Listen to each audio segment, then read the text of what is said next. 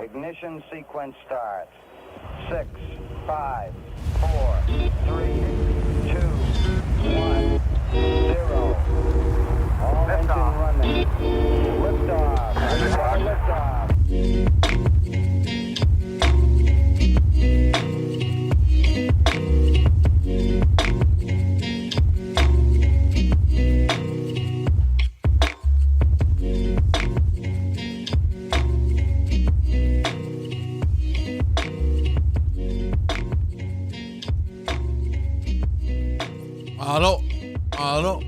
Hello. What is up, family? It's Hunter Klein bringing you this week's episode of Interplanetary Monkeys, episode number 49, if my memory serves me right. I hope everyone's doing well. You know the deal. I hope you guys are enjoying your high, taking advantage of high spirits and a balanced brain chemistry system and pushing through if you're at a low, guys. This week's been good for me, guys. I'm going to be completely honest with you. If you didn't already tell from last week's episode, I wasn't feeling the best. Okay, for the first time in IP Monkeys history, I had to stop recording halfway through and go for a second take. So you guys probably notice in these episodes, I do no editing whatsoever. From start to finish, I don't cut anything unless there's some kind of, maybe once I've cut out like a 3-second clip because some kind of camera issue. But as soon as I start this episode, I record all the way through the finish. There's no extra editing. It's 100% natural. I don't want to give off a fake vibe. I don't want to portray this image that I'm a perfect speaker or I never mess up when I talk. No, I don't believe in any of that. Straight, raw footage and audio. And until last week, I have never done more than one recording per episode. Last week was the first time in IP Monkeys history we've started an episode, gotten halfway through, and had to restart. Guys, I was so dead. Okay, I was so dead that I got 22 minutes into the episode and I just couldn't do it anymore. I turned off the recording. I felt really shitty to do this, but I turned off the recording, turned everything off, laid down in my bed, and instantly passed out.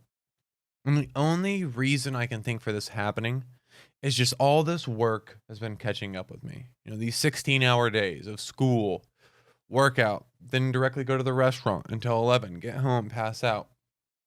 All this seems to have caught up with me. And my body was just telling me, hey, pal, you cannot push us this hard. You can't push us to this level and not expect some repercussions. And that's what last weekend was for me last week. It was just, I was humbled a little bit, right? I am not invincible. I cannot work myself 12, 16 hours a day and not expect some kind of repercussions. And I felt that. So the energy was low. I took a nap, woke back up, recorded the episode, but I didn't feel the best about it. We came into this week with a lot more free time in the evenings. I wasn't working as often. And I feel so much better, guys. Straight up, I feel so much better. I hope you guys had a good Thanksgiving. Enjoyed your Thanksgiving. A bad week to be a turkey. For sure. And a bad week to be a vegetarian. Or a vegan or vegetarian. I'm not sure which one is it that has a pretty aggressive stance towards the killing of animals. All right, because if you are against the killing of animals, then you are probably fuming with hate during this week. And I'm sure the vegan, vegetarian threads on Twitter and Reddit are absolutely awful right now. I'm not going to check because I really don't care. No disrespect to you plant eaters out there, but I'm sure these threads are fuming. Okay. How funny is it that we only care about animals that are fluffy and cute, guys? I was thinking about this whole vegetarian thing. Oh, it's a shitty week to be them. But it's such an interesting thing about when humans talk about saving certain animals or, oh my gosh, we need to preserve animals in this area, that we only care about things that are fluffy and cute. Oh my God, the polar bears are dying. But we don't care about stomping on beetles and cockroaches because they're not as living? Absolutely not. You'd have to be a top-notch scientist to convince me that a cockroach is less living than a polar bear. But cockroaches don't have soft hair and cute eyes. And that's pretty much the only difference. Okay, when I was in Nebraska doing the old undergrad college a couple years ago, there was this Save the Groundhogs movement in a small patch of land in southern Nebraska, about 30 minutes from where I was living. I can't remember what was happening to the land and why the groundhogs were in danger, but I do remember that no one gave a F about any other living organism on that patch of land that was getting destroyed or disturbed or something. They might have been building a building. That sounds terrible. They might have been assembling a building. But is it that these other animals or bugs living in this piece of land are less living? No, they are not. Okay? From what I can tell, a beetle or a butterfly or whatever is just as living as a groundhog. So is it that these organisms are not as important to the ecosystem as a groundhog? Absolutely not. They have their roles that are just as important. So it has to be that humans only care about things that look soft and cute. Things that look slimy or stealthy or dangerous, we don't care. Okay? Because we don't feel good about ourselves when we tell our friends we saved an endangered species of beetle. We feel good about ourselves when we tell our friends that we saved a pack of cute, lovable polar bears, despite the fact that polar bears would absolutely decimate you if you ever ran across one in the wild. They are ferocious creatures, friends. Not good. You don't want to run into them. Again, humans are awesome. I'm team human. You guys know this. Number one advocate for humans in the world, or one of them. But that doesn't mean that we aren't incredibly stupid, you know? Right? You don't have to. I'm not going to ignorantly just be like a huge fanboy of humans and say we're perfect, we're the best creatures. No, we're absolutely not. We have our blind spots. And we have some stupid tendencies. And there's a lot of this, friends. There's a lot of examples of this.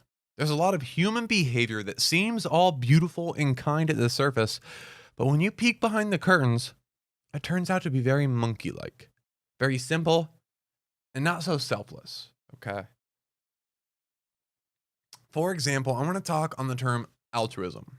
So altruism is the idea of doing something for someone else at a cost to your own person, right? We look at it, and that's a very wordy description. I'm not a big fan of these poster definitions, but altruism is an act that we look at and go, oh, what a selfless individual.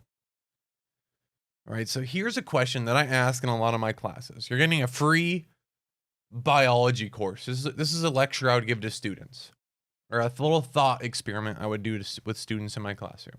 Okay.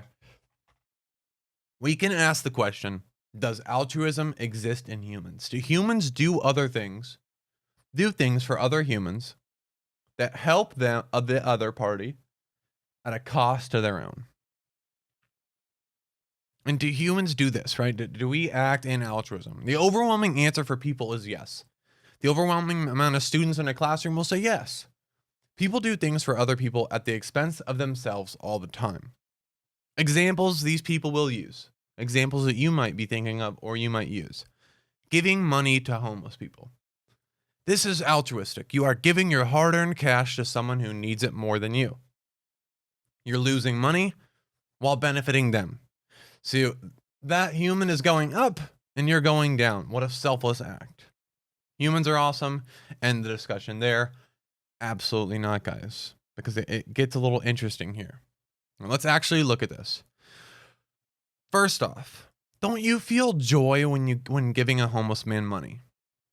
Especially if you were an asshole this morning, right, and you were feeling guilty and tainted, and handing this homeless man a $20 bill gives you the satisfaction you needed to lay your head in bed that night and say, I'm a good person. Also, what are the chances someone sees you give this money to the homeless man? What are the chances someone takes a photo, sends it to CNN, and now your Instagram account is blowing up because you've gained the trust of thousands of people? There are loads of benefits here that hide behind this simple idea of losing $20 in cash. You could argue that the only reason you are even giving $20 is because the feeling you will get after of being nice and pure and helpful is worth more than $20 itself. Think about all these selfless acts that we post on Instagram. Right? You give $20 to a homeless man. You're losing $20, but you're having your friend take a photo of it. So yeah, you lost $20, but your 5,000 Instagram followers now all look at you as more of a kind person. They put their trust in you. Maybe you get some more likes. Maybe you get some more attention than usual. Maybe people are visiting your merch on your Instagram bio more than usual, right? So it does become very complex. And I'm sorry, guys. I'm sorry if I'm tearing down the monument of humans are kind, but I have more. This level of thinking can literally be applied to any kind or selfless act that you think of. Let's go to donating millions of dollars to charity. A kind and selfless gesture on the surface, but not so beautiful when you look into it, right? First thing, tax write-offs. Obviously, this is an easy cherry to pick. You're going to pay at least some portion of this money in taxes, if not all of it, depending on how much you make. So you aren't, in some cases, you might not even be losing any money at all. Right? You were going to pay this money in taxes anyway. Rather than pay it in taxes, let's take it to a charity, make a post about it, and put it on our CV of us being a nice human. And if you're donating this amount of money, or a higher amount of money, you generally get press. You get headlines. You get free self-advertising, and most importantly, you get the trust of thousands, if not millions. Again, the really important thing here is that doing kind deeds and having a community, having groups of people see you do kind things, benefits you as a human immensely. You gain trust. Chances of you getting favors from those people go up incredibly into the future. All right? It's so beneficial to have the people around you think that you are a kind and selfless person. So that is a benefit you get by doing seemingly selfless acts while in front of other people or other communities. All right, this guy donated $10 million to charity, right? This is the press that you'd get. What a nice dude. Let me follow him on Instagram. You get Instagram followers. Oh, he has merch. Let's buy a t-shirt. So now you're getting money back from t-shirt sales. And you're obviously a 1%er donating this amount of money. So businesses, collaborators, investors will all see this and surely think some kind of way, right? Maybe they'll schedule an extra meeting with you, or maybe they'll throw you a couple extra $1,000. So on and so forth, guys. This goes on forever. In my opinion, and a lot of people's other opinions, honestly, because altruism isn't just something we talk about with humans, it's with all living things. The Beatles do things for each other at a cost of themselves. The horses do things for each other at the cost of themselves. And what we find is altruism does not exist in nature for all living things, human or not. Now, you can argue against this, but yeah, like I said, you can argue against this. You can form your own opinion 100%, and you should. But I should tell you that it's not so much of an opinionated argument anymore, especially in the scientific community. Right? This is pretty agreed upon by a lot of people that study this. And this would technically fall under under the umbrella of evolutionary biology. Now, I am actually paid by universities to introduce this to college students. Fortunately or unfortunately, depending on how you're taking this, okay? Now, I want to say this. I think it's important to say. I have given a new pair of shoes to a homeless man. I've done a seemingly altruistic act. I didn't take a photo. You can't find it on Instagram or Facebook. And this is the first time I've brought it up to anyone. But it felt fucking good, friends. It felt so good. And I wasn't going to wear those $100 shoes, so they were worth $0 for me. So this seemingly altruistic act, this seemingly selfless act, didn't really affect me too much at all. I ultimately gained out of it. Those $100 shoes were worth $0. Right? The feeling of helping someone out, of seeing this guy smile afterwards, was worth hundreds of dollars. Okay? So I didn't help him at a cost of my own. It benefited me. And I hope he's still wearing those shoes, and it benefited him as well. I was honestly worried that he was going to get jumped by someone. What if there's other people in his homeless community? What if there's like an alpha of his homeless community that sees that he's got some nice new shoes on and fucking he gets beat up for it. I was worried about that. That's a problem in African countries. For example, you can't, if you're going to go visit a small village in Africa or in some kind of, state that it struggles a little more, maybe a third world country. It is a terrible idea. You're not supposed to take nice things and gift them to the village. For example, a man took 100 soccer balls and took them to a small village in a third world country in Africa. And what ended up happening is that a lot of kids were getting injured and being put in danger because how valuable balls are over there. And these soccer balls aren't $2-3 over there. They're worth meals and weeks of food. So thugs, people that are causing problems in the neighborhood, would steal these from little children. And there'd be battles over them. These soccer balls are gold over there. So you got to be careful with what you give people. And I thought about this example for my homeless man, and I was a little bit worried. I haven't been in that area, so I haven't checked up on him. But one day we'll see, guys. Anyways, overall, I wanted to talk on this topic this week because I think it is insanely beneficial to be aware of these things. To be aware of how us humans work. To be aware of the kinks in our armor, if you will. I love that analogy, and I'm going to keep using it. But it is what it is, guys. It doesn't make humans shitty, and it's not a negative point of view. It's the whole picture. It's being thorough and honest, and it's taking the harder, less traveled path. Because it is a lot easier to end the discussion at, I gave $20 to a homeless man, and I am just such an awesome and giving person. Or, wow, that guy, look at this Instagram post of this guy helping out people. Wow, what a genuine selfless man. No, life's complicated. Interactions are complicated. And hopefully you guys are starting to understand my mental struggle with life, because I constantly look at the world through these types of overthought lenses. And it can get a little weird. But overall, guys, I think the discussions like this whole thing, this whole process, this type of thinking makes this whole experience much more enjoyable. When we battle with the truth rather than drift in admitted ignorance, right? Curiosity killed the cat. My ass. Let's at least play our hand and see what we can figure out while we're here. Okay. While we're here, guys, we're going to live a long time. Also, we are going to live a long time. I truly believe this.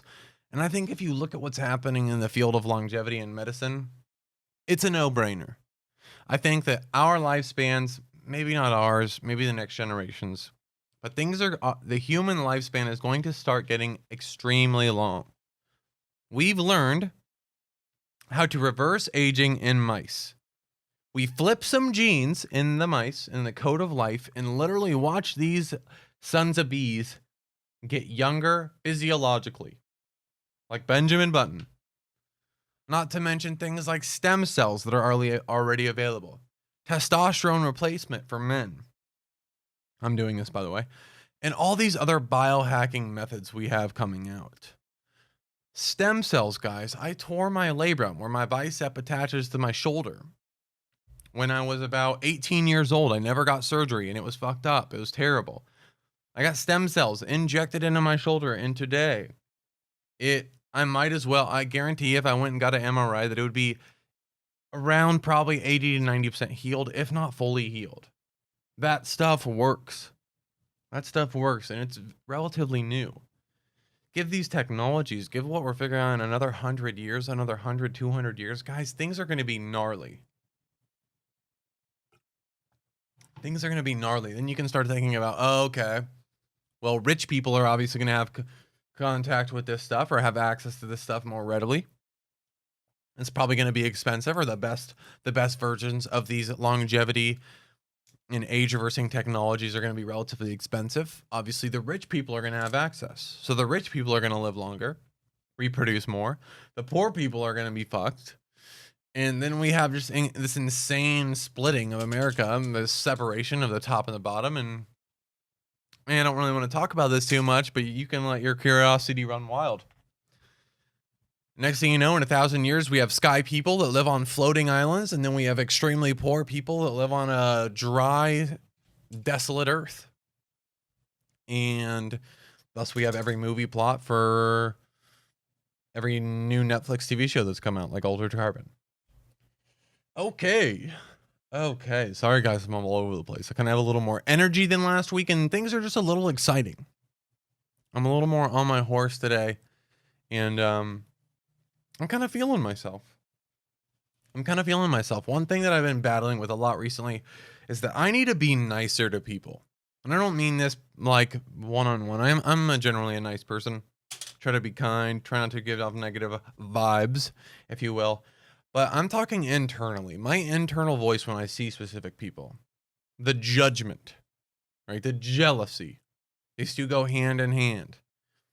I found that now that I'm working so much, I'm grinding, if you will, and putting so much time into changing my life, getting myself into a better spot financially, that I see people that have extremely nice things, that don't work hard, and it's hard not to feel some sort of resentment for this, right? It's so hard to see someone that has obviously been handed wealth, that has been passed over or handed a life where they don't have to worry about money, and see that they're not grateful for it, and see that they're somewhat disrespectful, and see that they're maybe not the best person you've ever met. It's hard not to see that and feel some sort of resentment or jealousy, or I don't know if jealousy is the right word, but that's just this feeling that I'm having a lot. Right, so I live in an area that's a little more high class. The average income is probably a little higher than normal. Scottsdale, and I'm around. I wouldn't say this is everyone, but I'm around this more often than I used to be. You know, the world of Scottsdale, the world of where I work and where I'm spending a majority of my weeks is very, very different from where I spend a majority of my life, or Nebraska. These people are much different. These people's values are much different. And what people spend their money on, what people think is important, what people put their self-worth into is much different than it is in Nebraska. And I came to the conclusion that while I love Scottsdale, while I love this area, I would never raise children in this area. I would never raise a child in this area. Because I do not think that a place like this high class, with these values, with people valuing money and social status so much, I think it would be a terrible place to raise a kid. I think you're risking raising a child that is entitled, that has skewed values, that does put way too much value into a materialistic lifestyle and wealth and social status and nice clothes. And I think it would not be the best place to, instill values in a young human. And I think that's 100% going to be my move. Now, where would I take a child? I think somewhere like Texas. They have a good education system. Maybe even Nebraska. From what I can tell, the large majority of people being raised in Nebraska turn out pretty fucking awesome. I don't miss a lot of things about Nebraska. I don't miss the weather. I don't miss the terrain. I don't miss the nature. But I do miss the people. There's something very valuable about that. And there's something to be said about the type of people that are being spit out from Nebraska because of the core values, because of what is valued in that area. Like kindness, family, celebration, community. These are all things that are much, much more valued in Nebraska compared to a place like I am in Arizona right now. Okay, so yeah, back to our jealousy. I need to be less judgmental. I think there's a side of things. I think there's a perspective where I can look at someone like that has a lot of money and that was handed it to him and doesn't have to worry about paying rent and has a fucking Mercedes and they don't even really work. They don't have to worry about things. I can look at them and rather than be jealous or judgmental, I can look at it as just, this is the hand they were dealt. Would I be any different if I were in their shoes? Would I be any different if I was raised in Scottsdale? If I was given a Mercedes when I was 16? If I never had to work? Because it's all just relative, right? It's not really their fault. It's their parents. And they didn't choose to be raised in this area. They didn't choose to be born into this earth with an extremely rich family. It was kind of handed to them. And unfortunately, or unfortunately, depending on how you look at it, I don't think it's really their fault, regardless if they're a good person, regardless if you share the same values. I guess this is my thought process that I'm going through as I'm trying to rid this frustration, this jealousy, this judgment when I see a lot of people in this area that, value things that I don't agree with, have lifestyles that I don't necessarily agree with. And it's just interesting. It's just extremely interesting. And dating, guys. Dating. I've talked so much on dating, online dating and apps, that we could probably write a really shitty book. I'm not going to, but we probably could. And recently I have been going on dates, and I have a new perspective, right? Before I wasn't going on dates.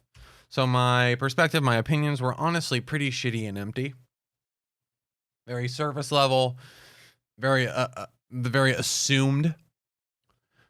But my new opinion, my reformed opinion, is that dating is extremely valuable for one reason. The most valuable aspect of dating, I believe, is learning about what you need in a wife or a husband.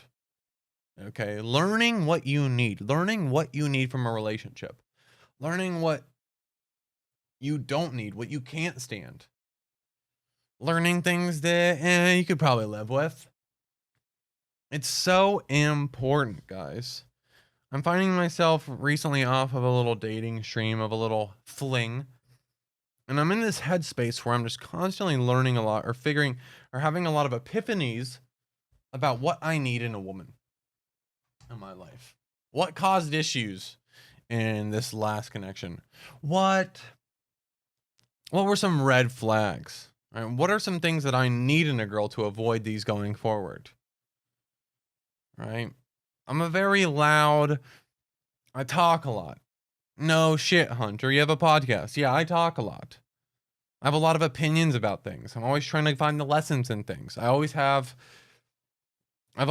When things are brought up, I tend to have already thought about them for a couple hours. I tend to have opinions on damn near everything.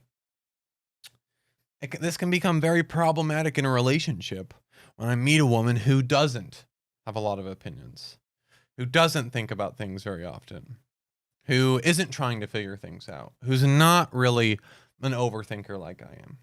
Because things become lopsided. Because it becomes the Hunter Klein show, and I quote. Okay? So this is one thing I learned. Right? So, we're narrowing our search. I think that's very valuable.